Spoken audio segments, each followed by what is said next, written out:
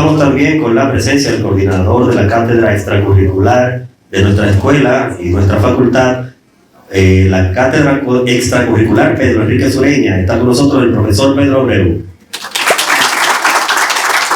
Saludar también la presencia del director de la Escuela de Artes Plásticas de la Facultad de Artes, el maestro Manuel Marías, hermano. Gracias por estar con nosotros.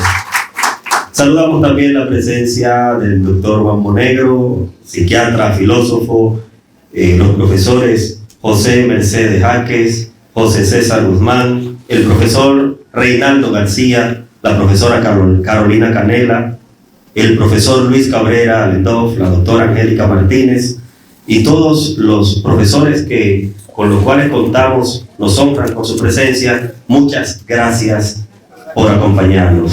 Gracias a ustedes también, los que son la razón de ser de estas actividades que llevamos a cabo en esta Facultad de Humanidades, los estudiantes. Muchas gracias por estar presentes.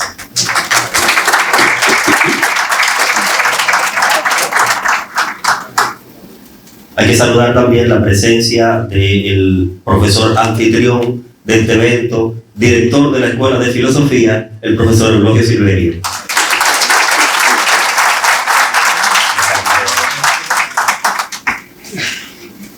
Vamos a proceder a llamar a la mesa principal a los maestros que son los jurados de este evento, maestros de larga data, maestros reconocidos de nuestra Escuela de Filosofía, que son quienes van a valorar la pertinencia, la validez, la profundidad de los lectores que hoy se presentan en esta Olimpiada.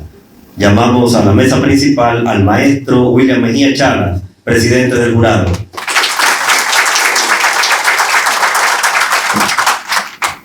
Que nos acompañe también en la mesa principal el doctor Julio Minaya. Llamamos oficialmente al doctor Alejandro Arbelo. Conforma también como miembro del jurado el doctor José Flete Morillo. Saludamos la presencia también del director de la Dirección General de Planificación y Desarrollo Institucional de la Facultad de Humanidades, el doctor Marco Zavala.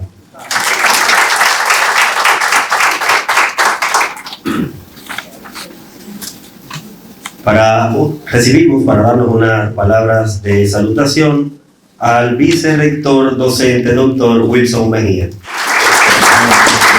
Buenas tardes al señor director de la Escuela de Filosofía, mi amigo, el maestro Eulogio Silverio, maestros, alumnos, visitantes.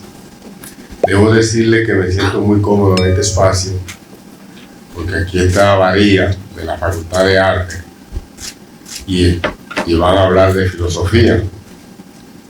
Y voy a hablar esta vez como médico. Y los médicos estamos muy ligados al arte y al igual que todo el mundo a la filosofía. La filosofía es la esencia de la vida, es ética, es bioética, es ciencia, es investigación. ¿Qué más le digo? Varias cosas más. Pero cuando veo la segunda jornada de la Olimpiada de Filosofía, pienso en la educación permanente, en la educación continuada, que es lo que mantiene la enseñanza en cada centro de salud. Y pienso hacia atrás, cuando dirigí a la Escuela de Medicina hace unos años. Lo primero que hicimos fue crear las cátedras extracurriculares de la escuela que no existían. Y eso le dio un gran empuje y un desarrollo de la escuela.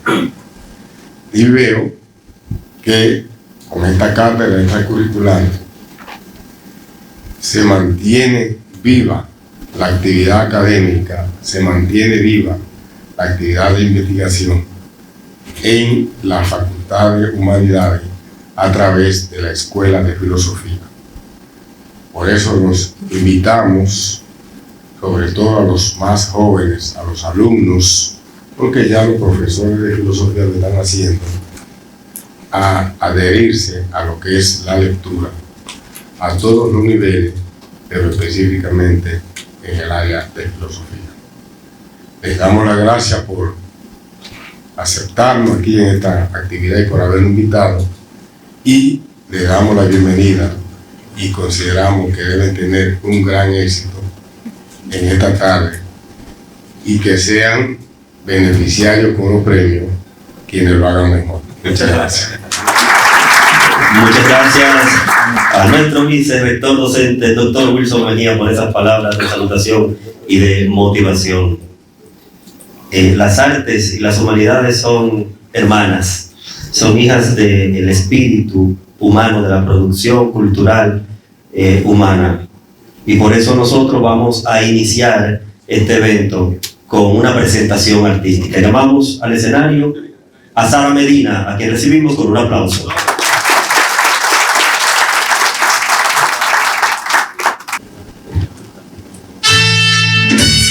Ustedes la saben, me ayudan.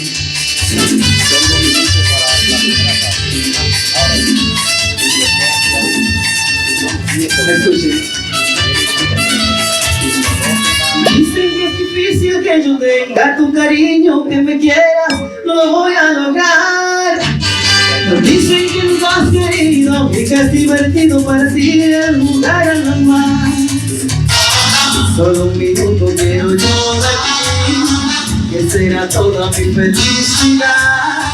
Llegar al fondo de tu corazón y despertar en ti deseos de amar. Y si no te gusto, me puedes dejar. Ahí viene la parte interesante. No me importa, no me importa, no, si me dejas o no. Si me quieres un momento será mi dicha, amor, no me importa, no. No me importa, no, si me dejas, no. Si me quieres un momento será mi dicha, amor, no me importa, no. Lo importante es querer tú lo mismo, así. Dicen que es difícil que yo tenga tu cariño, que me quieras, no lo voy a lograr. Dicen que estás herido y que es divertido para ti el jugar al mar. Solo un minuto quiero yo de ti, que será toda mi felicidad. Llegar al fondo de tu corazón y despertar en ti deseos de amar. Y si no te gusto, me puedes dejar. No me importa, no me importa, no, si me dejas o no. Si me quieres un momento será mi dicha, amor, no me importa, no. No me importa, no, si me dejas o no. Si me quieres un momento será mi dicha, amor, no me importa, no. Que él se conforma con que le quieran un poquito. Con eso eres feliz. Con eso eres feliz. Un momentito. Y tú no sabes si la felicidad de los demás también te sale. Haz el bien. Haz siempre el bien. Y ser feliz con los demás.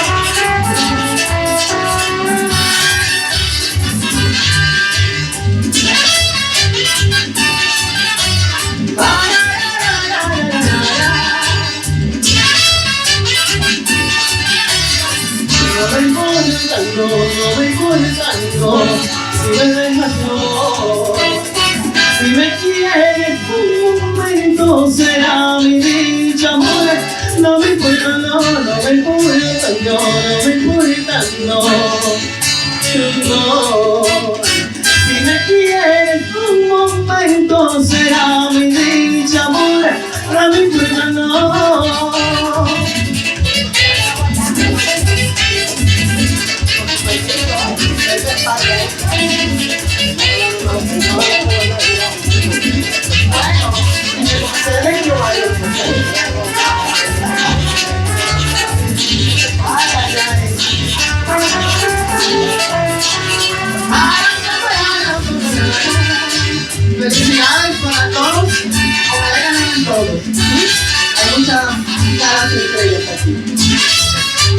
la pasen bien. Muchas gracias. Tenemos que recibir en este momento las palabras centrales del evento que están a cargo del director de la Escuela de Filosofía, el maestro Eulogio Silverio. Simplemente voy a saludar la presencia de todos ustedes. No voy a mencionar los nombres de todos los que están aquí, ¿verdad que sí? Pero agradecemos a los vicerrectores, a los decanos, a los amigos, a los profesores, a Noel, lo llamé, dijo, no, yo no me quedo, no te preocupes, que yo voy a estar ahí. A todos los amigos. La Escuela de Filosofía, la dirección de la Escuela de Filosofía y en mi nombre propio también agradecemos a todos ustedes por haber confiado, haber apoyado la jornada titulada o llamada Olimpiada de Filosofía, que es una olimpiada del pensamiento crítico, no solo de estudiantes de filosofía, sino del público en general, amante de la filosofía o lector de filosofía. Hoy lo tenemos aquí por segunda vez, segunda ocasión, la segunda Olimpiada de Filosofía 2025, que siempre estarán dedicadas al maestro de maestro de nuestra Escuela de Filosofía, el maestro Tomás Nova, del cual nos sentimos sumamente orgullosos de haber sido sus discípulos. Esperemos, ¿verdad, Flete, no decepcionarlo, porque una vez nos dijo, en ustedes tenemos puesta nuestra esperanza. A la escuela descansa en los hombres de ustedes. Esperemos hacer un buen trabajo. En ese mismo orden esperamos que las próximas direcciones de la Escuela de Filosofía continúen con este trabajo.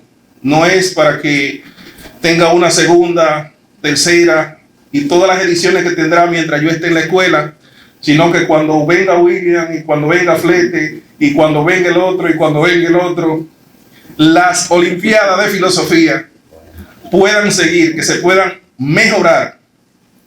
Y también debo aprovechar el escenario, porque muy pocas veces se va a presentar un escenario tan propicio, donde tenemos potencialmente lo que serán rectores en las próximas elecciones de la UAS. Tenemos 3 candidatos muy bien colocados entre nuestros profesores, que ahí podría estar, en uno de ellos podría estar el próximo rector. La idea de la Escuela de Filosofía no es que se haga una Olimpiada de Filosofía en filosofía, sino que esta iniciativa pueda ser general para todas las escuelas de la universidad, que se pueda hacer una competencia en informática, desarrollando un software para resolver un problema específico, qué sé yo, en medicina también, que la universidad vuelva a vivir a través de estos espacios, a través de sus estudiantes, porque ahí es que está el futuro.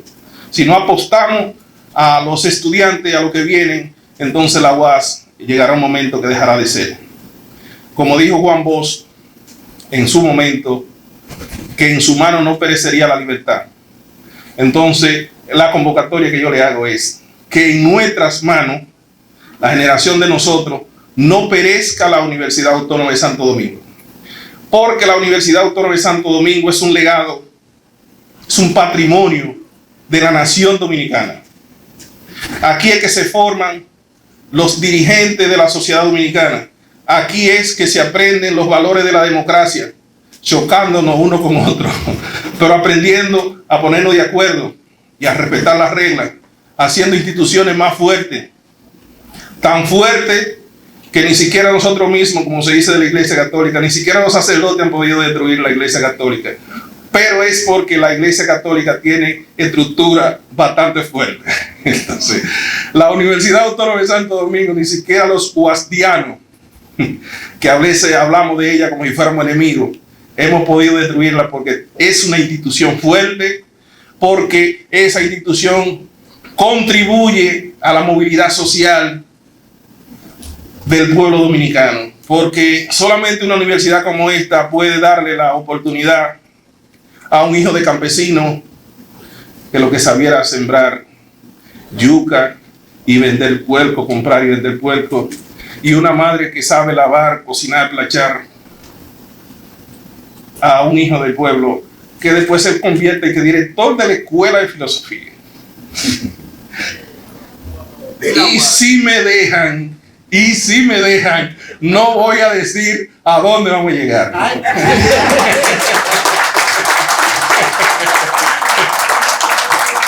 Aprovecho. Dicen que ser noble obliga, ¿verdad que sí? Yo aprovecho y llamo al profesor Francisco Acosta, que acaba de llegar, que venga y se siente aquí adelante en un espacio, porque él tuvo la nobleza de que no es lo que voy a reconocer, que el profesor Fran Acosta, no sabíamos que ellos tenían una actividad a esta hora. Nosotros, cuando mandamos a solicitar el espacio, simplemente dijeron que estaba ocupado. No investigamos de quién era. Nosotros respetamos eso. Pero él se enteró ayer en el consejo de que nosotros teníamos esta olimpiada y que la íbamos a hacer en el pasillo. Y nos sorprendió gratamente que él llamó a William, me llamó a mí, para decirnos que cedía el espacio, porque ellos lo tenían, cedía el espacio, desmontaron su actividad para cedérnoslo a nosotros. Y eso es un gesto importante que debemos valorar. Señores, vamos a dejarlo ahí. Yo espero, estoy confiado en nuestros participantes de esta olimpiada. La primera olimpiada me sorprendió. Igualmente estoy en disposición de sorprenderme en una segunda ocasión. Señores, yo dije que era finalmente, pero no puedo dejar de mencionar por su nombre, porque está aquí por primera vez en persona, al profesor José Ferreira, que desde que le presentamos el proyecto dijo: yo patrocino uno de los premios, y él patrocina el segundo premio. Vamos a darle un aplauso, hombre.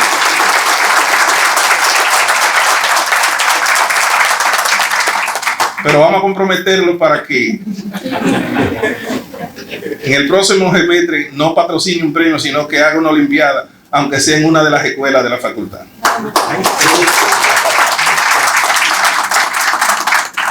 Y al maestro Susaña, que vino en representación y en su propio nombre en la olimpiada pasada, le agradecemos que nos apoye por segunda ocasión. Bueno, pues muchas gracias a todos y vamos a ver qué va a pasar aquí, que yo me imagino que será bueno. Muchas gracias.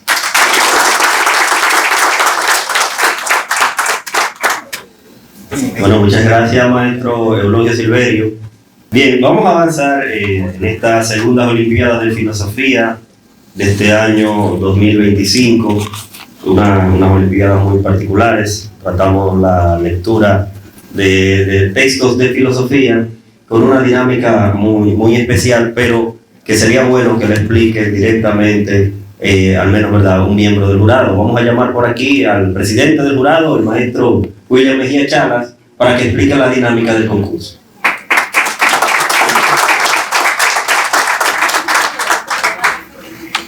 Muy buenas tardes. Se complica ante tantas personas que uno admira y aprecia y respeta aquí presentes, pero me voy a sumar a los saludos ya protocolares que han hecho anteriormente. La dinámica es la siguiente: cada jurado tendrá una rúbrica para que pueda ser lo más objetivo posible. Los participantes tendrán entre 2 a 4 minutos para mencionar los libros con los cuales ellos están participando. Ellos tienen una lista de libros que ellos fueron los que lo postularon. Yo quiero que me examinen de estos libros. Luego, cada jurado podrá hacerle una pregunta, una sola, cada jurado, una sola pregunta sobre cualquiera de los libros que tengan en el listado. Luego de que el participante responda, el jurado no puede hacer réplica, simplemente la pregunta y él responde. La rúbrica en sentido general es lo siguiente: habrán 20 puntos por la cantidad de libros leídos. donde el mínimo de libros postulados son 5. De ahí en adelante irán teniendo una puntuación de acuerdo a la cantidad de libros. Tendrán 25 puntos por el manejo del discurso, donde habrá criterios como, por ejemplo, dominio excepcional de conceptos y argumentos, buen manejo, pocas imprecisiones, y en ese sentido tendrán una escala. También tendrán 20 puntos a partir de la fluidez y dicción. Por ejemplo, discurso fluido, articulado, pronunciación clara. Tendrán 25 puntos por la coherencia de las respuestas. Es decir, respuestas totalmente coherentes con el contenido del libro. Para que no le pase como a un concursante en el pasado que puso un libro y habló de otro. Entonces, cuando yo le pregunté del que puso, entonces ahí hubo ese problema. A pesar de que lo que le pregunté fue una papita, pero entonces estaba el libro extraviado. Y por último está el manejo del tiempo, que en total de tiempo, entre los 2 minutos de exposición, 2 minutos que pueda tener para presentar la cantidad de libros y el libro que él quiera presentar, que ese es a elección de todos los libros que ellos presentan, en el listado pueden hablar de un solo. De hecho, van a hablar de un solo, pero ¿de cuál? Del que ellos consideren. Entonces, entre las preguntas del jurado y la exposición del participante, entonces allí habrán 10 puntos que van a ir en cuanto al uso óptimo, buen uso, uso aceptable y uso deficiente o muy deficiente del tiempo. Cada rúbrica de esa tendrá una puntuación que al final el jurado, de manera individual, pondrá su calificación final. Ya luego, los 4 jurados, sacaremos entonces los que hayan obtenido la mayor puntuación y así trataremos de ser lo más objetivo posible. Así que a disfrutar.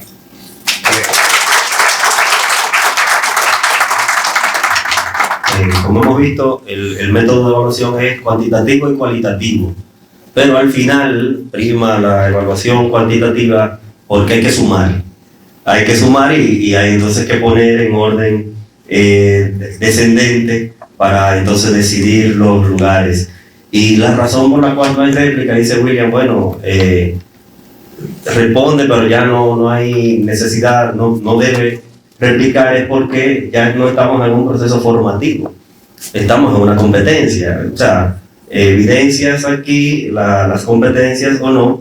Sin embargo, yo quiero aclarar, para que no se pongan nerviosos los concursantes, que no es que los jurados tienen el deseo de ponerlos en aprietos, es solamente, se le van a hacer preguntas únicamente para darle la oportunidad de evidenciar esa lectura. O sea, no es un asunto tampoco complicado, ni mucho menos.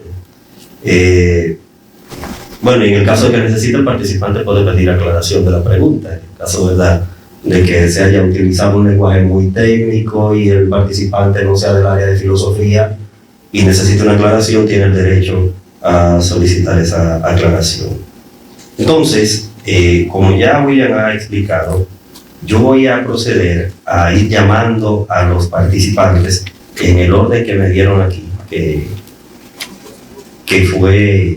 fue totalmente estocástico, dirían los matemáticos. No tiene ningún tipo de criterio, de ordenamiento, es decir, lo que pasa es que los filósofos a eso lo llaman azaroso, por el azar.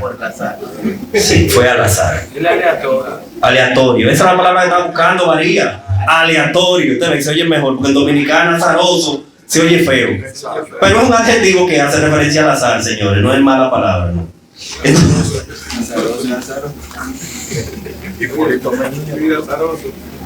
Entonces vamos a llamar al primer participante de estas segundas Olimpiadas de Filosofía. Que pase por aquí el valiente, Manuel Orlando Veras.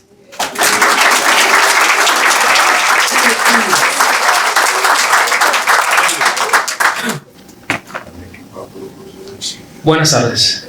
Mi nombre es Manuel Orlando Veras, estudiante de filosofía de aquí de la UAS. Y las obras de las que yo voy a conversar son, primero, La mentira como estrategia psicosocial de Noel de la Rosa.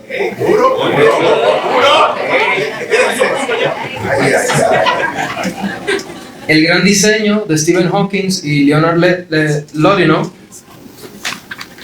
El fin de la fe del filósofo y neurocientífico Sam Harris. La República de Platón. Y tengo también el ensayo de Thomas Nagel, ¿Qué se siente ser un murciélago? Y también la obra de la periodista La Edad de las Penumbras, de Catherine Nixie. Del que les voy a hablar es justamente de la mentira, como estrategia psicosocial de Noel de la Rosa.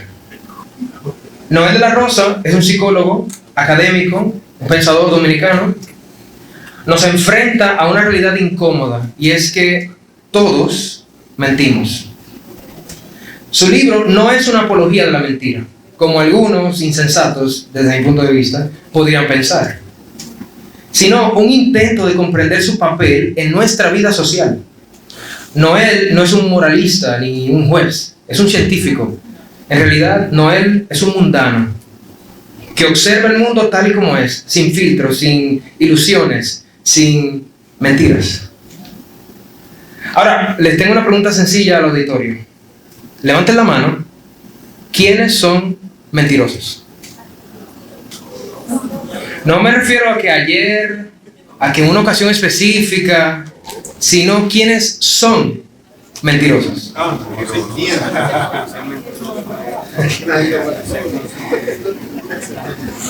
Pocos se atreven a levantar la mano en un momento como ese, ¿verdad? Y ahí es el truco. Tenemos que reconocer la verdad sobre nuestra propia mentira, y entonces, al no reconocer la verdad sobre nuestra propia mentira, entonces mentimos de nuevo. ¿Pero por qué? ¿Por qué ocultamos con la mentira una verdad tan cotidiana? Y es el hecho de que todos mentimos constantemente. Algunos psicólogos, antropólogos y sociólogos, de lo que el mismo Noel analiza en su obra, dicen que los estudios demuestran que el 25% de nuestras interacciones diarias son mentiras. Otros dicen que 200 veces al día mentimos. Y lo peor de todo es que nos mentimos a nosotros mismos. Claro, ustedes pueden tener sus dudas de que si ese estudio está bien realizado, que si dependerá de las circunstancias y demás. Pero la verdadera pregunta es, ¿a qué nos referimos con mentir? Y en su libro, Noel no solo responde a esa pregunta, sino que hace un recorrido histórico desde Platón hasta Sartre, desde Sartre hasta Aristóteles, de Aristóteles a Nietzsche, de Nietzsche pasando por una suerte de teólogos, filósofos, sociólogos, psicólogos, etc.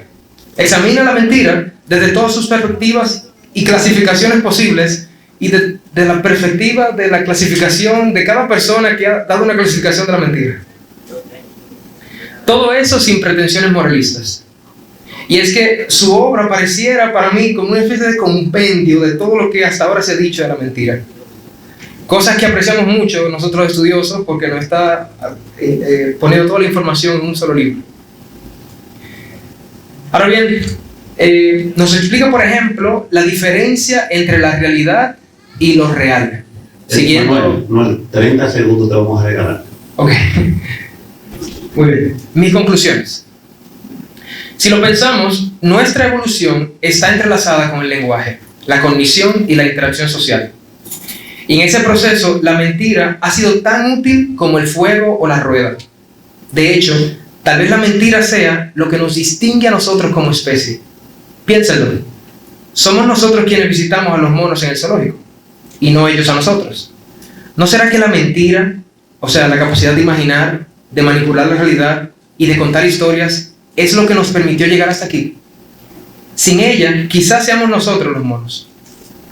Pero no nos engañemos, no se trata de glorificar la mentira ni de negarla, sino reconocerla como parte de nuestra naturaleza. El objetivo del libro era más bien aceptar nuestra humanidad, con todo lo bueno y todo lo malo que eso implica.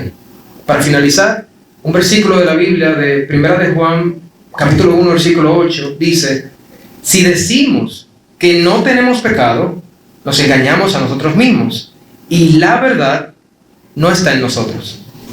Así que admitir que mentimos tal vez sea el acto más sincero que podemos hacer, y quizás al hacerlo nos acercamos un poco más a la verdad. Gracias.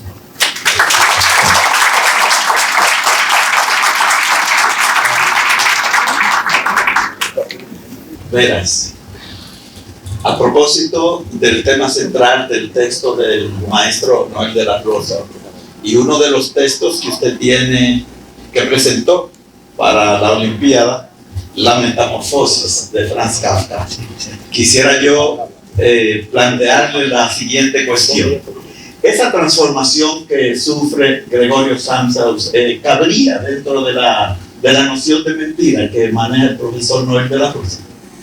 Yo pienso que la visión de Kafka no es que sea una mentira, más bien él lo pone como algo muy real. Para mí, la transformación de Gregor Samsa es más bien una realidad que él vive, una tragedia que él vive, y no diría que entraría en el tema de mentira. No creo que haya una forma de relacionarlo así como con la mentira. Más bien lo relacionaría con nuestra sociedad. Vivimos en un mundo que es principalmente utilitarista, y esa tragedia de Samsa se aplica muy bien a nosotros. Hoy en día muchas personas desmeritan la filosofía, no sabiendo la utilidad que esta puede tener, ¿sabes? Y lo digo por experiencia propia, desde mi propia casa. Esa es la respuesta. Doctor Molinario. Muy bien, Manuel.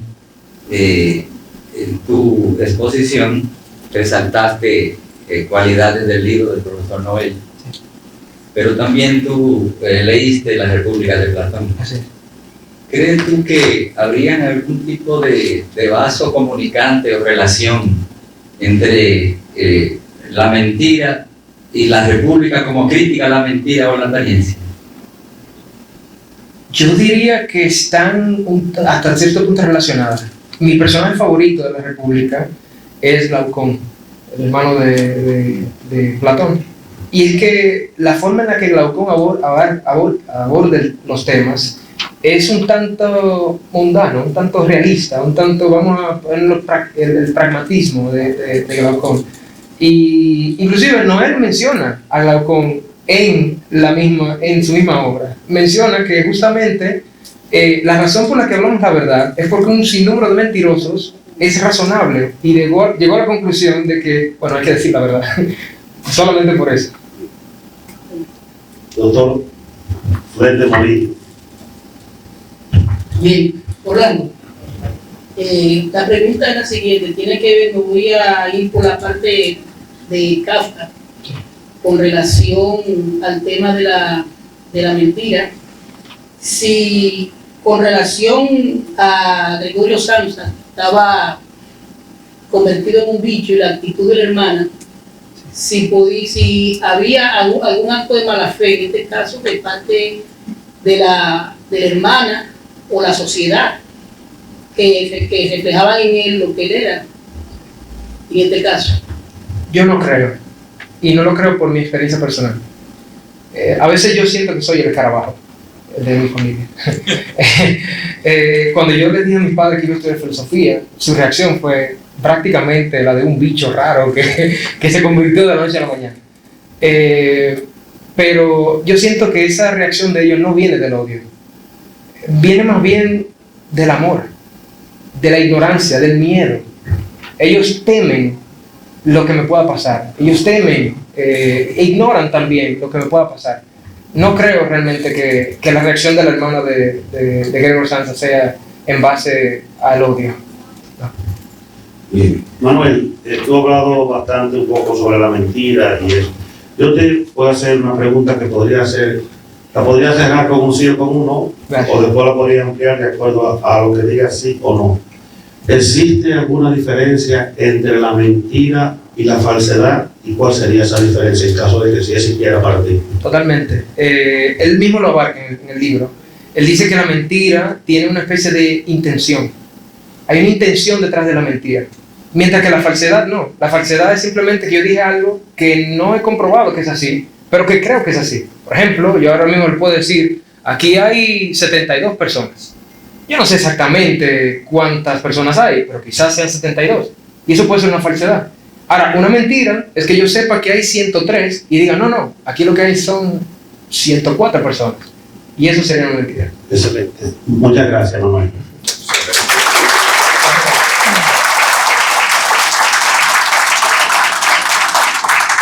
Bien, muchas gracias a Manuel Orlando Veras por su participación, rompiendo el hielo en esta Olimpiada de Filosofía.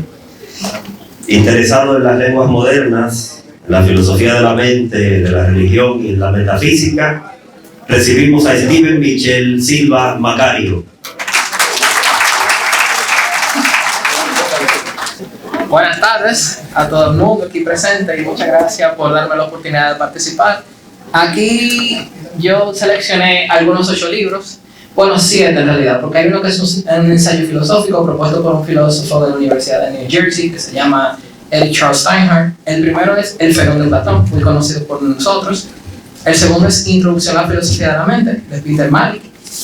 El tercero es Materialismo, o ¿Por qué el materialismo es un embuste?, de Bernardo Castro. El cuarto es Conciencia y Realidad Fundamental, Philip Goff.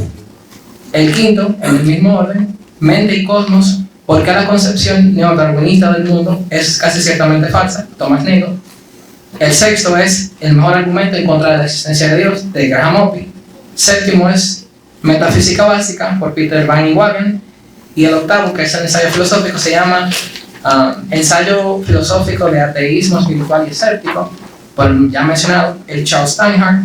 Y mi favorito de ellos, yo estoy en estrecho porque diría que es Conciencia y Realidad Fundamental, pero no, es ¿Por qué el materialismo es un embuste? Y ese libro, a pesar de yo ser materialista, la historia detrás de ese libro es que, como yo me considero filosóficamente un materialista y un naturalista, para mí leer el libro y ahondar en él es un ejercicio de lo que se llama honestidad intelectual, porque tuve que ir en una cosmovisión que es, o una metafísica que es básicamente contraria a la que yo creo, que es lo que se llama idealismo analítico. ¿Qué es lo que propone este autor que se llama Bernardo Castro? El argumento principal que él usa en su libro es mostrar la falla más grande que el materialismo en cuestión de filosofía de la mente ofrece, que es que la materia inerte o los átomos inertes que no tienen propósito, ni mente ni conciencia, producen un cerebro con mente y conciencia. ¿Y qué es conciencia? Bueno, se define conciencia como la capacidad o la experiencia subjetiva. Por ejemplo, ahora mismo usted me está viendo,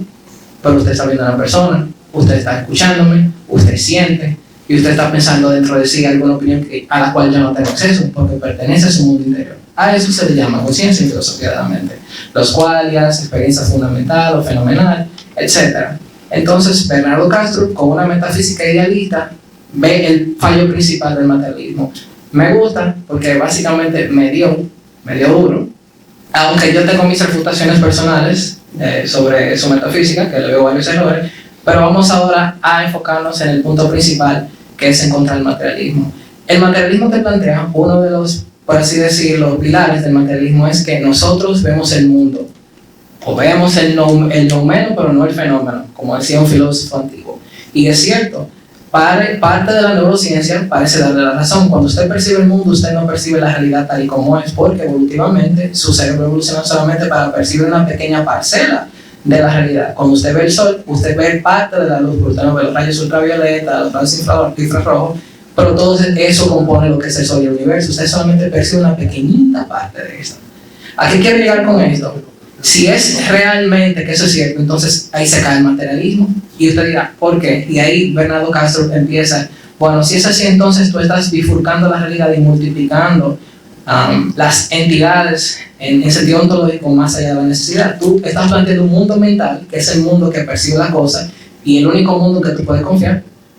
Por ejemplo, hay una frase que decía René Descartes, yo pienso y luego existo. Eso es lo único real que tú puedes asumir. Tú existes, más nada. Pero entonces tú me estás diciendo a mí que lo que tú más conoces, que es tu conciencia fundamental, viene de un mundo que nadie conoce, del mundo del fenómeno, del mundo del fenómeno. ¿Y cómo pasa eso?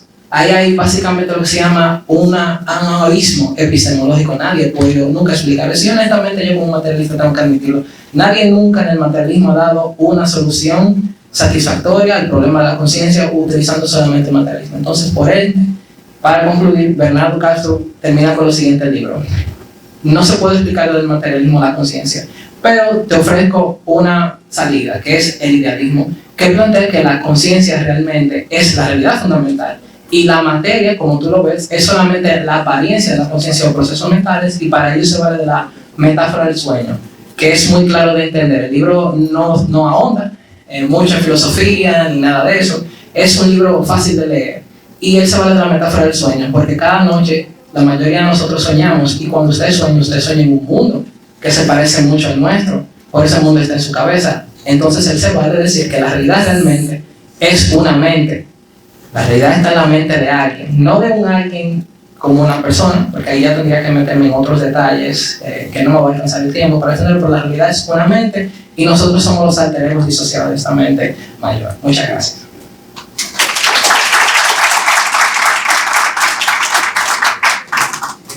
Silva, a propósito de la obra que usted ha escogido, de Castro, porque el materialismo es un embuste, y veo que tiene en primer lugar el Fedón de Platón. Quisiera yo preguntarme, ¿cómo interpreta usted ese llamado final en el postrer momento que hace Sócrates a que le paguen un gallo a Asclepio, a Esculapio? ¿Usted lo interpreta como una concesión al materialismo de Platón o como una reafirmación del idealismo? ¿Cómo lo vería usted? Bueno, yo pienso que eso es la última, es una concesión hacia el idealismo. Y no más hacia el idealismo, ahí voy a hacer la distinción, porque en el Fedón se hace básicamente una protocrítica al materialismo, porque quien escribió, Platón, quien sea, era dualista, ahí plantea lo que se conocería luego, siglos después, como dualismo de sustancia, porque él piensa que la conciencia en la mente es superior y se alberga en la materia del cuerpo. Y el filósofo vive para morirse, vive para la muerte, para que cuando se muera, el cuerpo se desgaste y su mente o la conciencia, la inteligencia, vaya a la realidad superior, a los dioses, a seguir aprendiendo y ejercitándose en sabiduría, en virtud. Yo pienso que, para contestar tu pregunta, profesor, eso sería un punto para el dualismo más que el idealismo en sí, y un punto bajo para el materialismo mío, tengo que admitirlo. Muy bien, Silva. Quisiéramos que usted nos dijera una enseñanza que se puede sacar del Fedón, de ese libro de Platón. De hecho, varias. Y una de las que más me gusta es la que yo acabo de mencionar, puesto que en los primeros capítulos o la primera parte del diálogo, a Sócrates le preguntan que para qué vive el filósofo, que para vivir la gente, es para la sabiduría. Y me gusta mucho, y aquí voy a expandir, no sé cuánto tiempo tenga. Y voy a hacer un paralelo incluso con la Biblia y con los escritos de San Pablo, porque hay una actitud en los escritos del Fedón donde se dice que las riquezas no importan, donde el amor al dinero no importa, sino las cosas mayores. Y eso es básicamente un paralelo con lo que escribe Pablo en 2 de Timoteo, creo, donde dice que el amor al dinero es el principio de todo mal. Ahí vemos que Pablo tal vez, posiblemente, yo ya especulando, seguía tal vez una tradición platónica, socrática, de dedicarse a la sabiduría. Entonces, al final, él dice que lo que importa realmente es el intelecto, lo que tú te llevas, las experiencias, el aprendizaje de la vida, porque lo otro poco provecho. Y la persona, según su mitología, que se dedicaban mucho a lo sensual, a lo sensible, a lo material, después de morir se quedaban vagando. Eso es lo que plantea el Fedón. El profesor. El doctor Clemente Morillo cede la última pregunta. Mi pregunta va en base al libro que tú marcas con el número 6, el mejor argumento en contra de Dios. Ay, ¿para qué yo puse ese libro? No, la pregunta es simple. Vamos a partir del supuesto de que no existe Dios. Justifícame entonces el título del libro, el mejor argumento en contra de Dios. O sea, ¿cómo justificar algo que no existe?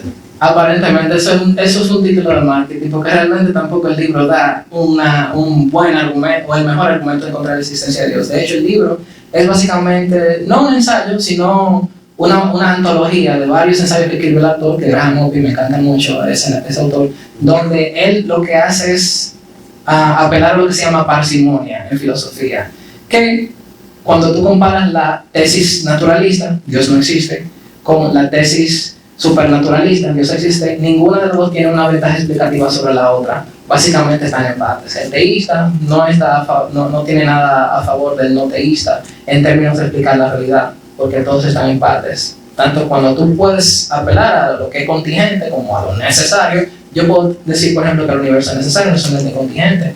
Y estamos en los mismos términos que un teísta cuando dice que no, que el universo es contingente y no, Dios es el ser necesario por excelencia. Yo puedo apelar a lo mismo. No hay una virtud explicativa, entre otras cosas. Muy bien, muy bien.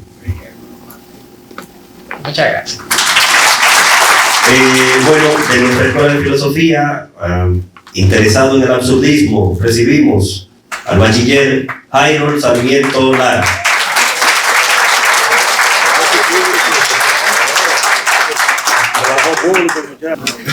Buenas. La lista de libros que elegí para participar en esta segunda edición de la Olimpiada de Filosofía, en primer lugar puse a Mario Bunge, Tratado de Filosofía, Ontología 1, Ontología del Mundo, Lógica Dialéctica de Luis de Guattari, El Concepto de la Angustia de Søren Kierkegaard, Temor y Temblor del mismo autor, El Mito de Sísifo de Albert Camus, El Extranjero de Albert Camus, La Peste de Albert Camus, La Pregunta sobre la Técnica de Martin Heidegger, el Cándido sobre el Optimismo de Voltaire, La Metamorfosis de Franz Kafka, Preludio de la Modernidad de Luis Obrea Franco, Ética Nicómaco de Aristóteles, El Príncipe de Nicolás Maquiavelo, La insoportable levedad del ser de Emile Kundera, La sociedad del cansancio de Byung-Chul Han, Discurso del método de René Descartes, La apología de Sócrates, Platón, Filosofía del silencio de Alejandro Albelo, Filosofía para tiempos tránsito y cibernético de Andrés Merrill. El texto que voy a comentar hoy es un ensayo escrito por Martin Heidegger en un libro, está compuesto en un libro que se llama Filosofía, Ciencia y Técnica. El ensayo fue una conferencia que dictó en el año 1953, donde habla sobre la pregunta de la técnica y cómo ésta puede de alguna manera perjudicarnos y a la vez ser eficiente para nosotros. El ensayo o la conferencia se puede ver de diferentes ángulos. La visión que yo le di es tratándolo de una perspectiva fenomenológica, otra hermenéutica, y se podría también abarcar un poco heurístico el tema. Fenomenológica porque el libro empieza de manera inmediata diciendo que la pregunta sobre la técnica no es esencialmente la técnica. De inmediatamente el autor nos dice que la técnica, como se conoce actualmente y en esa época, era como un medio para un fin, no era en esencia lo que es la técnica, ¿verdad? Y hermenéutico porque hay que hacer una interpretación de qué es lo que quiere dejar dicho el autor y a dónde quiere llegar, cuáles son las clasificaciones que él da para determinar cuál es realmente la esencia de la técnica y hacia dónde va dirigida. En ese sentido, el filósofo va hacia los griegos y utiliza un término que es poiesis, ¿no? Que es cómo se utilizaba la técnica en la antigua Grecia o antes de la modernidad, que era como una especie de una armonía que existía entre los procedimientos metodológicos, técnicos y las herramientas que utilizaba el hombre para poder hacer uso de los medios o los recursos naturales de esa época. Él pone un ejemplo de un molino en un río que provoca energía, donde hay una armonía entre la naturaleza y la técnica que el hombre implementa para sustraer la energía. No hay un abuso de los recursos naturales, sino que la naturaleza sigue su recurso o su curso natural para satisfacer el hombre. El otro concepto que utiliza, y es un concepto creado ya por el alemán, es Gerstel, que es cómo el hombre a partir de la modernidad hace uso de la técnica, ya no para beneficiarse de los recursos naturales, sino para apropiarse de ellos, ¿verdad? Entonces es lo que identifica hacia dónde va la técnica en este sentido, que es que a partir de la modernidad el hombre ya entonces a través de la técnica lo que quiere es apropiarse de la naturaleza para acumular riquezas como un medio ya incluso económico. No descarta. 20 segundos para que concluya la exposición. Ok. El filósofo al final no descarta utilizar la técnica, sino hacer conciencia sobre el uso de ella para cuidar los recursos naturales y poder beneficiarnos de la mejor manera de la técnica y cuidar los recursos naturales que hay. Es cuanto. Dice aquí que entre sus intereses está el absurdismo. Sí. Y tiene varios libros entre los escogidos de Camus. Y hay uno, el primero que usted pone en su lista, que es el mito de Sísifo, que desde las primeras páginas lanza como si dijera cualquier cosa, que el problema fundamental, el problema por excelencia de la filosofía es el suicidio. Pero usted tiene otras lecturas ahí, qué sé yo, tiene la Apología, tiene El Príncipe de Maquiavelo, y como usted desde la carrera, y han dicho que o sea, en la carrera lo que se busca es formar pensadores, más que personas cultas. Quisiera yo preguntarle, ¿cuántos de esos problemas, como ese mismo de la técnica, entran en la preocupación, en el objeto de estudio de la filosofía? ¿O es que usted se identifica plenamente con la propuesta de Albert Camus? Con respecto al método de Sísifo, yo creo que sí. El mundo tiene bueno, eso lo expliqué yo creo que en las pasadas Olimpiadas. Nosotros por lo regular tenemos muchos problemas dispersos, cada uno. Pero yo creo que el problema fundamental del hombre cuando nace y toma conciencia de su existencia es buscar si la vida vale o no la pena de ser vivida. Y en ese sentido, indefinidamente, uno se hace la pregunta de si matarse o seguir viviendo y cuáles son las razones para seguir viviendo. Entonces yo creo que para mí también el problema fundamental de la filosofía es juzgar si la vida vale o no la pena de ser vivida. A partir de ahí, que existan otras cuestiones, si uno determina que sí vale la pena, bueno, ¿cuáles son? Y se indaga en las investigaciones que quiera realizar. Jairo,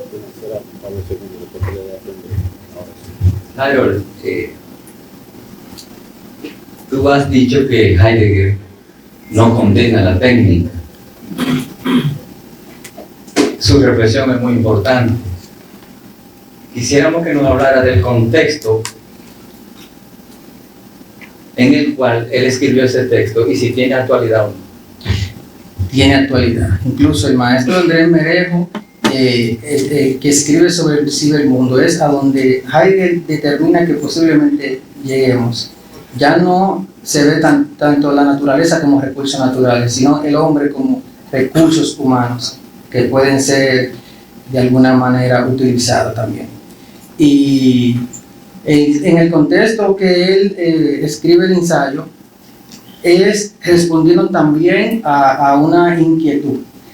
Sabemos que es un contexto postguerra donde la guerra, a través de la técnica, causó estrago a la humanidad. Él vio la bomba que se tiró en Nagasaki, y eso es producto del posiblemente del mal uso de la técnica para la extinción de los recursos naturales y de la humanidad también. Bien, la pregunta mía, Jairo, era la siguiente. Sabemos en la apología de Sócrates, hay algo muy importante cuando Sócrates dice que era el hombre más sabio, que si bien tuvo el pedazo, inmediatamente Sócrates se es preso de una humildad. ¿Cómo interpretarías tú esa humildad de Sócrates fue genuina, fue supuesta, o era una especie de arrogancia invertida? Una ironía, yo la veo. No, como es una ironía, porque al decir yo solo sé que nada sé, ya sabe algo. Yo me gusta decir, como dice el señor Monero, ¿y qué sé yo? Es cuando. Jairo, entre la lista de libros que tú colocas, tiene aquí El Príncipe de Maquiavelo.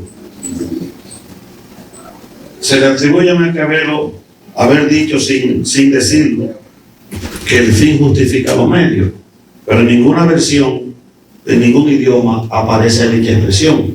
Sin embargo, todo o la mayoría de las personas que no son estudiosos de la política o de la filosofía afirman que sí lo dijo, aunque no lo dijo. Ahora bien, la pregunta es, a partir del Príncipe, ¿por qué tú crees que las personas dicen que el fin justifica los medios a partir de Maquiavelo cuando él realmente no lo dijo?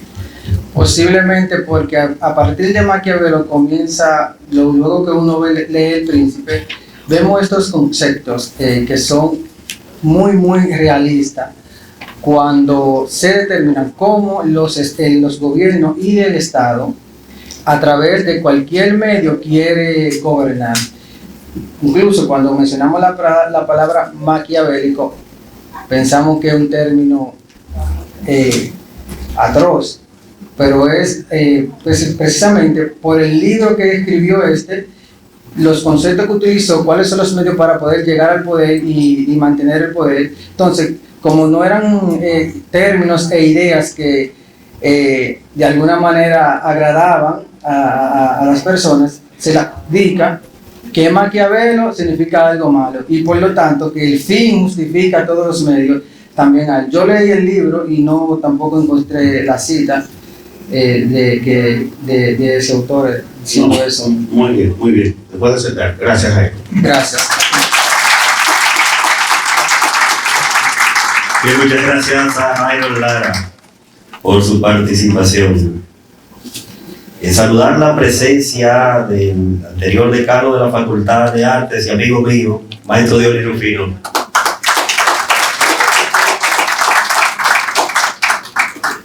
Vamos a llamar al podio al bachiller, estudiante de filosofía Ramón Osvaldo Ulloa Jiménez.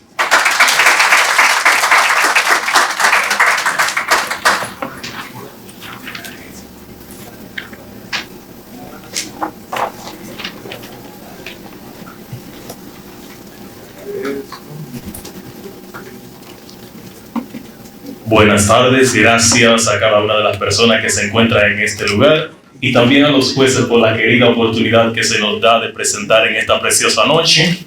El día de hoy los libros que he tratado para compartir con cada uno de ustedes son La Apología de Sócrates, La República de Platón, El Zaratustra de Nietzsche, Entre la Ética y la Moral de Eleuterio Martínez y La Norma Mental de Africano Spirit. De entre todos estos, quiero presentarle el día de hoy de qué se trata enteramente el diálogo de la Apología de Sócrates. Para muchos de nosotros creemos que este simple diálogo puede pasar desapercibido y no nos damos cuenta de unos pequeños detalles que esto tiene. Primero, la forma en que Sócrates emplea su discurso y la manera en que es llevado ante el juzgado. Sócrates, conociendo nosotros la historia que tiene, primero, era un pensador, no solo un pensador, alguien que criticaba lo que pensaba. La idea de Sócrates no solamente era llevar un discurso, sino que este discurso fuera criticado por quien lo escucha. En todos los ámbitos de la palabra, la apología de Sócrates, más que un discurso y una defensa, es la presentación de un filósofo. Un filósofo, primero, moral, un filósofo, segundo, íntegro a su pensamiento, pero sobre todo, un filósofo enterado de lo que puede decir también se puede juzgar. Entonces, tenemos una sociedad que no puede ser juzgada por su propio pensamiento. ¿Qué es lo que estamos criando? Si dentro de la filosofía no encontramos que el mismo filósofo puede ser juzgado, la misma filosofía no tiene sentido. Como estudiante de filosofía y estudiante también del pensamiento socrático, entiendo que la ética y la moral son el sinnúmero de formas en que un filósofo puede ser lo que es enteramente. Primero, filósofos. Antes de que se me acabe el tiempo, quiero presentarle a 3 ideas que está dentro de la apología. Primero, la acusación de los que perpetúan el pensamiento no son lo que escuchan, sino lo que ya han tenido la oportunidad de debatir con el filósofo y hacer de sus premisas una contrariedad. Luego de esto está también el que escucha la contrariedad y crea de estas argumentos que no vienen a favor directamente del que piensa o del que quiere pensar. Entonces, Sócrates en la apología lo que presenta no es solamente una defensa, sino a un filósofo. ¿Cómo qué? Como pensador, un filósofo, ¿cómo qué? Como ser humano íntegro, y también una ética y moral que nos ayude en el futuro, hoy en día, a entender que la filosofía no solamente es algo de vitrina ni algo de escritorio. Primero, Sócrates, a diferencia de todos los demás escritores y pensadores, no se sentaba detrás de un escritorio, sino que las personas mismas eran su escritorio. Las personas mismas eran su público, y también nunca se sentó detrás de una escuela, y fue lo primero que se critica. Para cerrar de buena manera, quiero decirle que aunque la apología de Sócrates y la moral, junto con la ética, sea echada al menos como una idea planteada y no sea vista como algo científico, cabe de demostrar que la moral siempre será parte interna del desarrollo del ser humano. Aunque Sócrates haya pedido que se le diera un gallo a Asclepio específicamente, o también decir quién es el que va a mejor lugar, ustedes porque continuarán en su vida, o yo que iré a la muerte. Para Sócrates la muerte no era un castigo, más bien era una compañera que día tras día se mantenía a su lado. Esta fue la presentación de lo que es el análisis de la apología de Sócrates.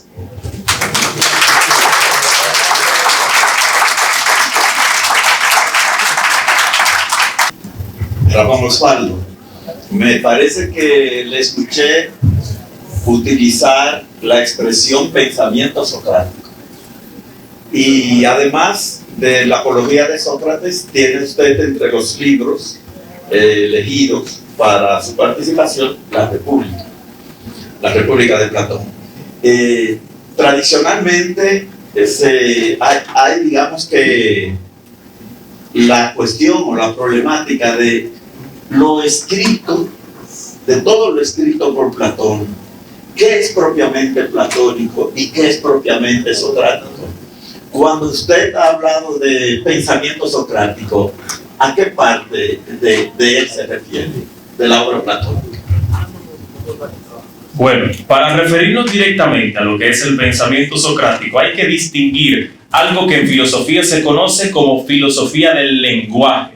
Específicamente, si perseguimos la manera en que Sócrates se expresa en los diálogos platónicos y la comparamos a la manera en que dicen Sócrates expresarse en la República, encontraremos un tecnicismo dentro del texto que no encontramos en textos como el Hipias menor, el Hipias mayor, el Fedón, la misma apología. Pero dentro de la República vemos a alguien primero experimentado no solamente por la experiencia social, sino por la experiencia política, cosa que tenía aquí Platón, porque era hijo directamente de personas ya reconocidas socialmente. Por consiguiente, para poder entender dónde se encuentra Platón y dónde se encuentra Sócrates, solamente hay que perseguir la naturalidad del lenguaje, y dentro de esta naturalidad siempre vamos a encontrar al que habla. Osvaldo, usted ha mencionado 2 pensadores que en sus respectivos periodos o épocas fueron muy críticos, Sócrates y Nietzsche. Pero Nietzsche critica a Sócrates por aborrecer la vida, porque se toma un veneno. Es decir, si estima la vida, busca otro medio. Él buscó algunos, pero tenía que seguir buscando para no anular su vida. Quisiéramos que tú nos dijeras tu apreciación personal sobre él. Claro, gracias, querido maestro. De entera forma hay que crear diferencias en lo que es la forma ética en la que Nietzsche miraba el mundo y la forma ética en la que lo hacía Sócrates. Nietzsche, a diferencia de Sócrates, aceptaba las cosas y se mantenía viviendo sobre las mismas. Estaba dispuesto a ¿qué? Al cambio directamente y a supraponerse sobre estas. Sin embargo, Sócrates perseguía una verdad a un punto tal de poder padecer por ella. Nietzsche, de otra forma, aunque seguía la verdad, reconocía que dicha verdad podía cambiar. Sócrates permanecía en la misma. Aunque ambos critican de cierta forma el pensamiento de Nietzsche, podemos encontrar algo que se llama el continuo retorno. Dicho continuo retorno lo podemos ver en las acciones mismas del ser humano. Dicho ser humano que se acostumbra a las mismas condiciones y la vuelve a repetir una y otra vez. Y es esto lo que básicamente le critica de una forma no directa a Sócrates. Que Sócrates, en vez de continuar en la perpetuidad de los hechos, pone un stop entre los sofistas, entre otras personas que abusaban de la palabra, y decide llegar hacia la verdad por medio del sacrificio, y por eso se le conoce como el mártir de la filosofía. Bien. Con relación a Nietzsche y Zaratustra, hay una parte interesante que sucede, y es que Zaratustra decide cargar con un muerto y lo suelta. ¿Cómo interpretarías ese caso de Nietzsche, de Zaratustra, que decide deshacerse del muerto, o sea, se hartó de él? ¿O qué representa el soltar ese muerto que andaba para arriba y para abajo? ¿Qué implica eso en el caso de Nietzsche?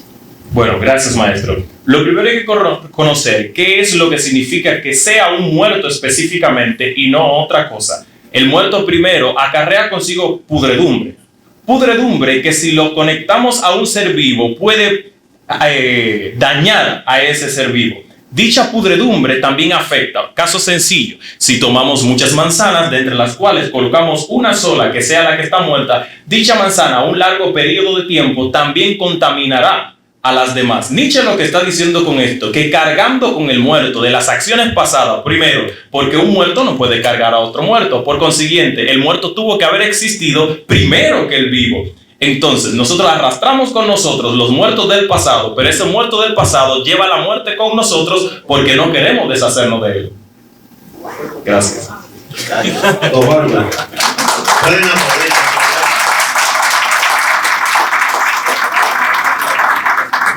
Osvaldo, refiriéndonos a la República de Platón, ¿cuál es el principio lógico o los argumentos a partir de los cuales Platón sostiene que las mujeres de los militares deben ser mujeres comunes para todos?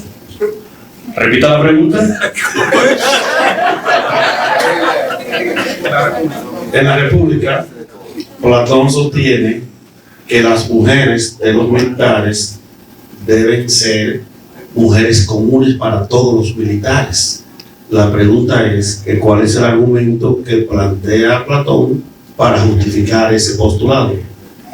Bueno, aunque no lo tengo muy claro directamente el argumento, pese a que lo he leído en varias ocasiones para evitar un poco de reseña, lo he pasado por alto, así que no voy a abundar directamente sobre lo que desconozco, pero trataré de dar por lo menos un juicio totalmente a priori sobre la misma. Conociendo nosotros que el servicio militar es algo público que se ofrece a un Estado, también de la misma forma como estas son la acompañante y segunda parte del mismo militar, estas deberían de ofrecerse a los mismos, haciendo de igual manera lo que hace el militar por el Estado, lo que ellas hacen por su pareja.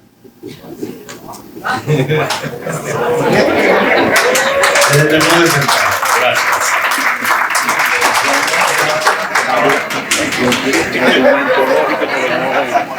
Ese por Osvaldo, señores. La suerte que el contrato mío no dice locutor, pues yo estaría renunciando. ¿Oyeron esa voz? Buena voz la de Osvaldo. Hay que saludar, señores. Ya lo mencionaron ahorita, pero saludar oficialmente la presencia del decano de la Facultad de Ciencias, el maestro José Ferreira Capellán.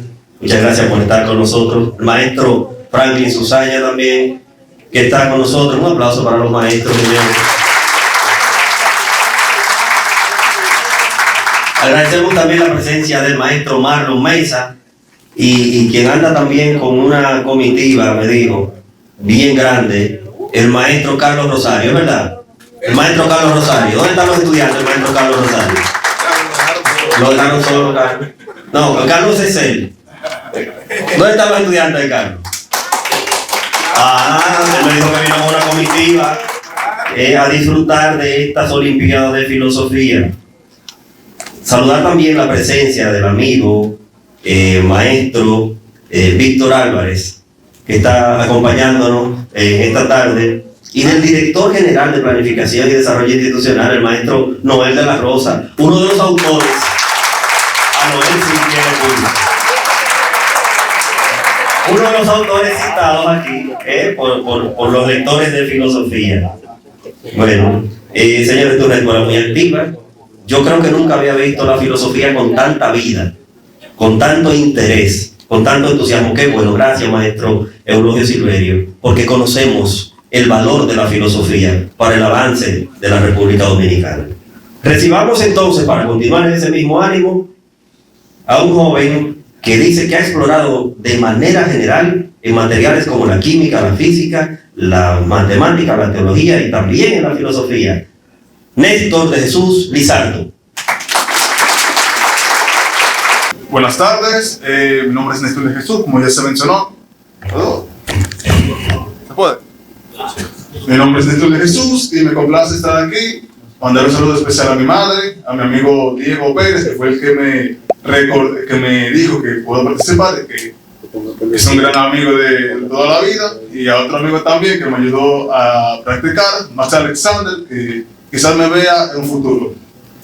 Pero el libro que yo he leído, aunque fuese un poco con velocidad, fue Apología de Sócrates, de Platón, Discurso del método, de René Descartes, El ser y la nada, de Sartre, El mito de Sísifus, de Camus, El ser y el tiempo, y por último, Irrefutable explicación del origen del universo, de Diógenes García. ¡Oh, caramba! Es que yo lo conocí a él en la Feria del Libro, en un libro de los entonces. El libro que yo elegí para discursar ha sido El discurso del método, de René Descartes. Ciertamente hay que entender el contexto en el cual nos estamos enfocando, en el siglo XVII, 1600 para arriba, en donde se acaba el Renacimiento, una época en la que ciertamente los conocimientos del pasado eran rechazados, puesto que observando posturas como la astrología o la teología que se tomaron como absolutas, en sus tiempos eran desmentidas, tal por el científico como Copérnico, que explicaba que el Sol no giraba alrededor de la Tierra, sino al revés. A su vez, también explorar que Descartes nació en la H, en el 31 de marzo de 1596, estudiante de la Flesch, excelentísimo estudiante, pero que también observando los conocimientos aristotélicos que presentaban, que eran totalmente dogmáticos, es decir, eran incuestionables, igual que la religión. Descartes decidió terminar sus estudios e irse a explorar Europa medieval. Y observando tal y cual el conocimiento, se dio cuenta de que realmente no todo es tan absoluto en base a los conocimientos establecidos en esos tiempos. Por lo tanto, este magistrado, observando de que la ciencia tenía su método, el método científico, quiso probar también un método para lo que viene siendo la filosofía. Por lo mismo tanto se le conoce actualmente como el padre de la filosofía moderna e incluso de la ciencia moderna. Con ello es importante entender qué observó Descartes para poder crear el método. Cuando él vio que todo que se había cementado anteriormente, por ejemplo las ciencias, estaba cementada en la filosofía, la misma estaba cimentada en opiniones de varios sabios, y la analogía que él daba era que la filosofía era como una casa construida por varias personas, que ciertamente con ciertos objetivos iban a ser un cimiento inestable. Por lo tanto, quiso destruir esos cimientos y crear uno estable, tal cual. Y por ello concluyó que el método era el siguiente. En primer lugar, tomar como cierto solamente lo certero y lo evidente. En segundo lugar, después de tomar lo evidente, tomar los aspectos de los conceptos y dividirlos, sus dificultades, en aspectos más simples, hasta llegar a su naturaleza más simple posible. Por tercer lugar, tomar estos aspectos de la naturaleza sencilla y a su vez construirlos para volver a los conceptos principales. Y por último, revisar y revisar incesantemente, pues tenían constancia absoluta de que el humano, siendo un ser imperfecto y finito, podía equivocarse innumeravelmente. A su vez también llegó un aspecto muy importante: incertidumbres y dudas, observando que aplicando su método ni siquiera las matemáticas le salvaban de ser inciertas, puesto que ponía una parábola de un supuesto genio malvado, una entidad maligna con poderes desconocidos, capaz de alterar nuestro razonamiento y nuestros sentidos. Observó entonces de que sus sentidos les pueden mentir. Observó que su tacto, su vista, su olfato, todos los sentidos de aquel humano pueden ser fácilmente alterados. Por lo tanto, se dio cuenta que su cuerpo podía ser falso. Y concluyó... Néstor, 20 segundos para concluir. Ok. Concluyó con lo siguiente: cogito ergo sum. Pronunció profundamente al darse cuenta de que lo único que era certero de él es que era una sustancia pensante. Pienso, lo existo. ¿Qué quiere decir aquello? Que al dudar sabe que piensa, y si piensa, la única razón por la cual puede ser un ser pensante es porque existe. Y de ahí siguió aumentando las investigaciones hasta concluir al argumento ontológico de Santo Tomás de Aquino. Gracias.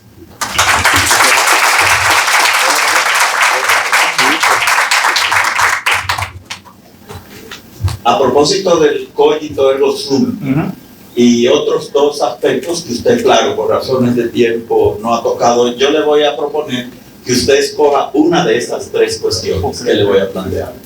La primera es la cuarta parte, donde él plantea la existencia de Dios, el argumento ontológico, si usted nos lo puede exponer, y de pasada decirnos qué le parece a usted una idea que rueda por ahí de calle en calle, que la gente tiende a pensar que los filósofos son ateos. Eso es lo primero.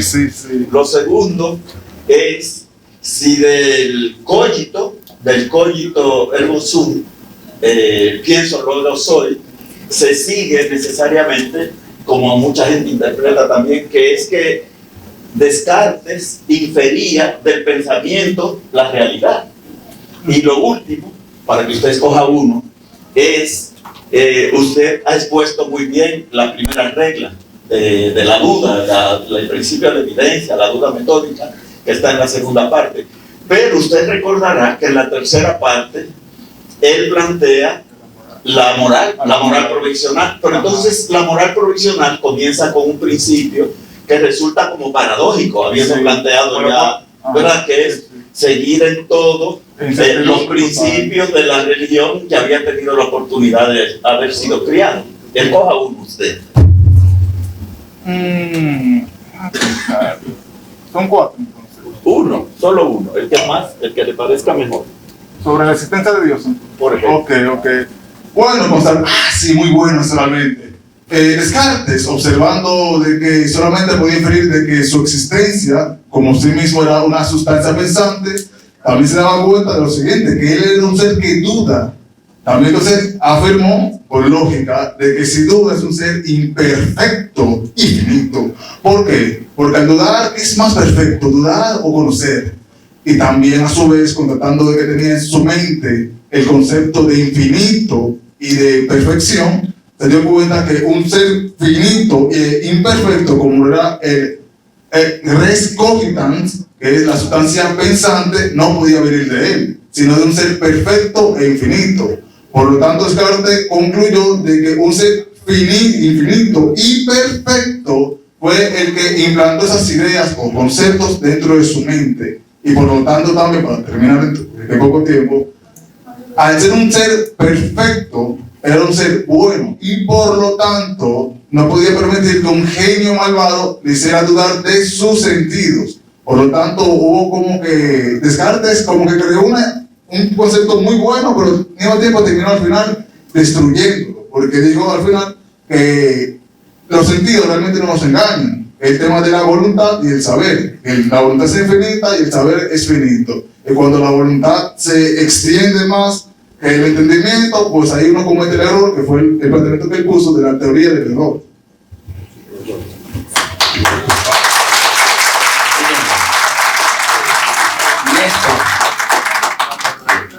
El profesor Alberto se detuvo un poco en el discurso del método.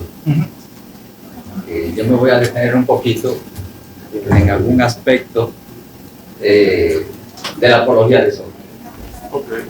Tú sabes que hay varias acusaciones que se le hacen a Sócrates.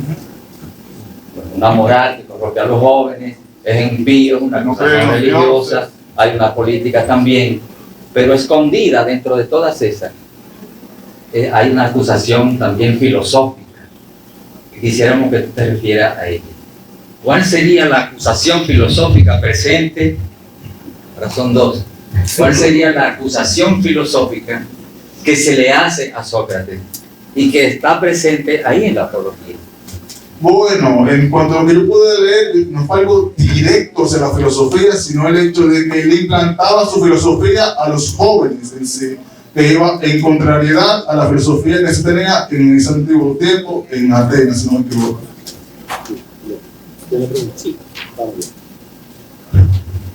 Mi pregunta con relación a Descartes y la duda.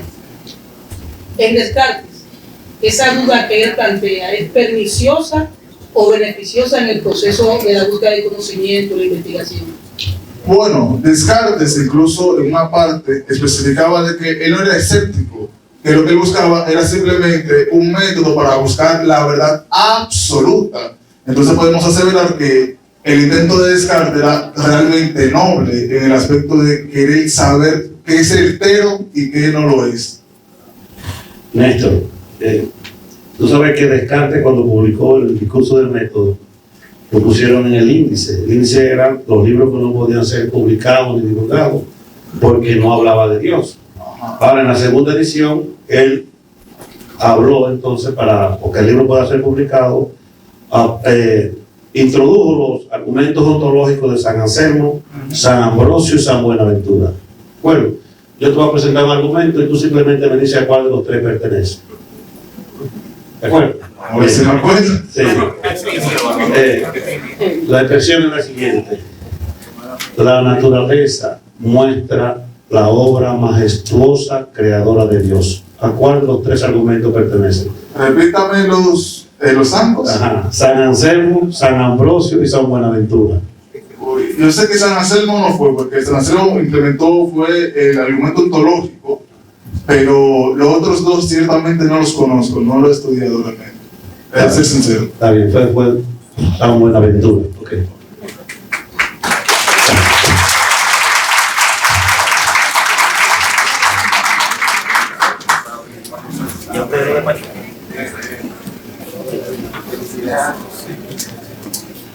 Bien, muchas gracias a Néstor. Señores, estas Olimpiadas están duras, están muy buenas. Y la pregunta de William, bastante interesante. Bastante interesante. Hemos echado de menos algo, pero yo le voy a hablar ahora, después de que salude oficialmente al decano de esta Facultad de Humanidades, el doctor Gerardo Roa Ogando. Gracias por estar con nosotros. También está con nosotros el decano de la Facultad de Ciencias Económicas y Sociales, el maestro Alexis Martínez Olivo. Muchas gracias. Y estamos transmitiendo también a través de Facebook Live. Si no lo acortaron la transmisión por el verbo ahorita de Jairo, con el absurdismo y a dónde puede llevar. No la cortaron, Osvaldo. Saludar también al profesor Osvaldo de Jesús Familia, que los señores, amigo nuestro, Osvaldo, decía que había echado de menos algo, y yo no sé si ustedes han notado. La filosofía solo es cosa de hombres. La lectura de la filosofía es exclusiva de los hombres. No, ¿verdad que no? Entonces nosotros vamos a recibir a una estudiante que también es lectora de filosofía. Recibamos a María Esther Comprés Arias.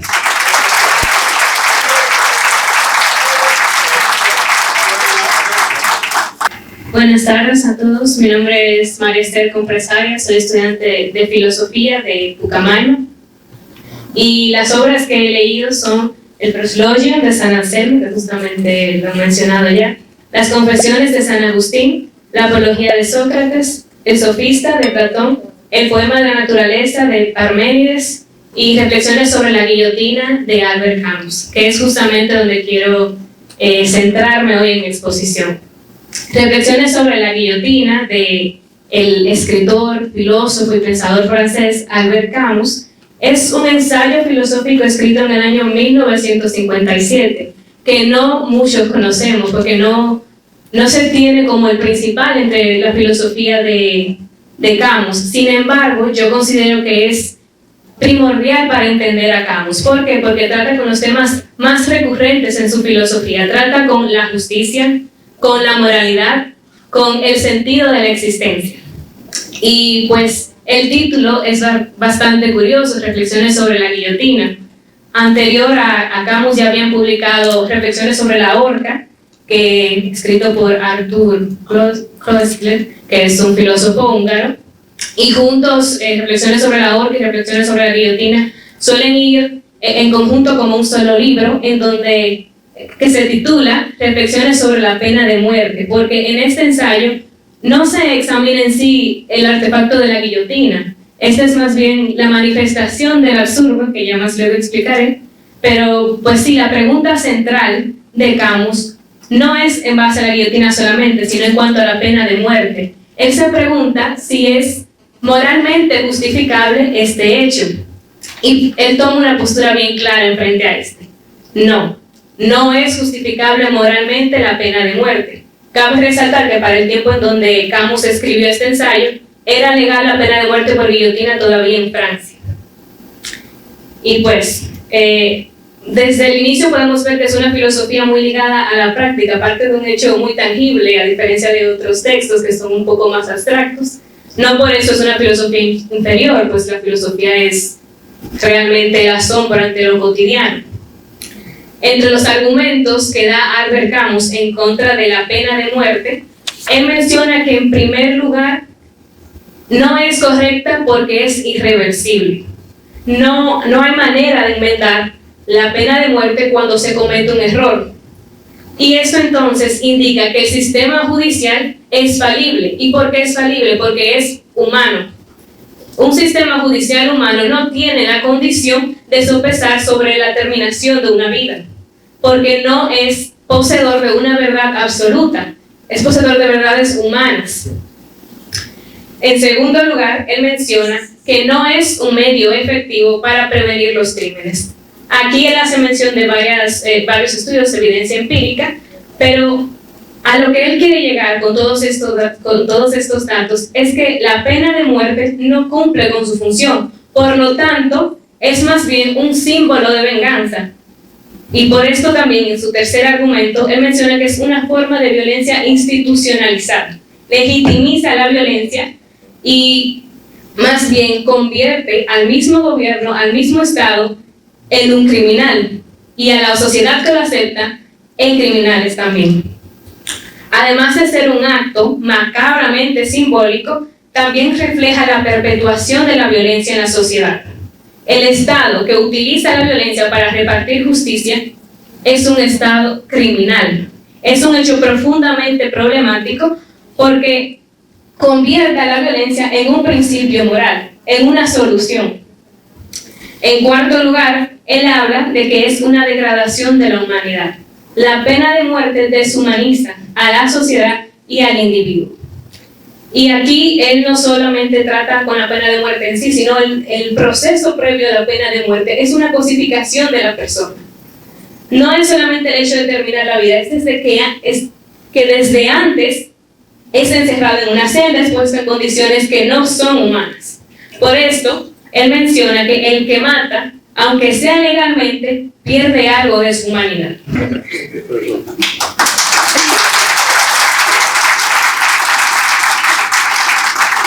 A propósito del texto que usted ha escogido como central para su exposición, ¿y qué decir de la pena de muerte cuando es libre y voluntariamente asumida como Sócrates. En el caso de la apología de Sócrates, particularmente el segundo discurso. Sí, quería visualmente que me hicieran esa pregunta.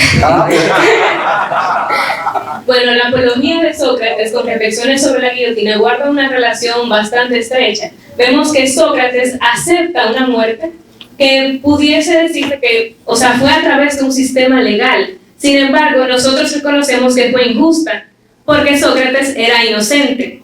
Así también se demuestra su argumento en cuanto que la muerte, que la pena de muerte no es funcional, porque ahí no paró la filosofía en Atenas. Bien, hay aquí entonces la guillotina es una pena de muerte y la cicuta que se le entregó a Sócrates también. ¿Qué relación tú ves ahí? ¿Tú crees que también en el caso de Sócrates hay una violencia institucionalizada?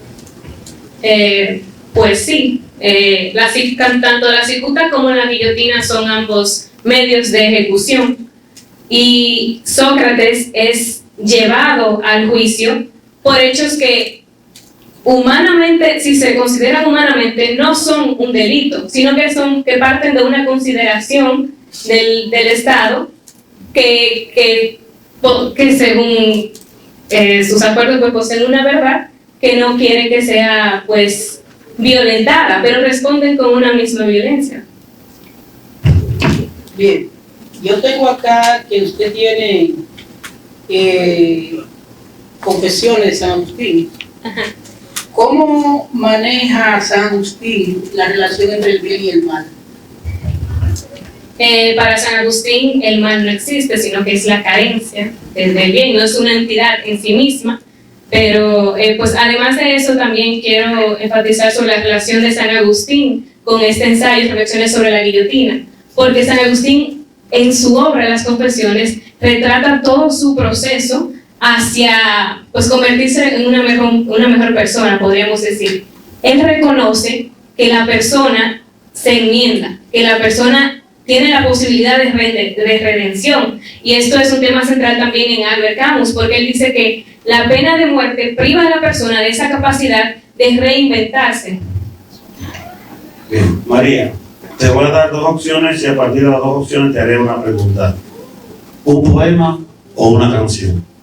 Tú tienes aquí Las Confesiones y tienes Parménides el poema de la naturaleza. ¿De cuál de los dos quieres que te pregunte? De Parménides, porque no lo he mencionado. Ok. Parménides en su poema, de una u otra manera, plantea que todo lo que uno piensa ya existe, porque ya está existiendo en el pensamiento. ¿De acuerdo? Bien. Ricardo Arjona tiene una canción que se llama ¿Cuándo? Y tiene una expresión que dice: ¿cuándo volverás a ser lo que no fuiste nunca? ¿Cómo a partir de Parménides eso podría ser posible? No conozco la canción.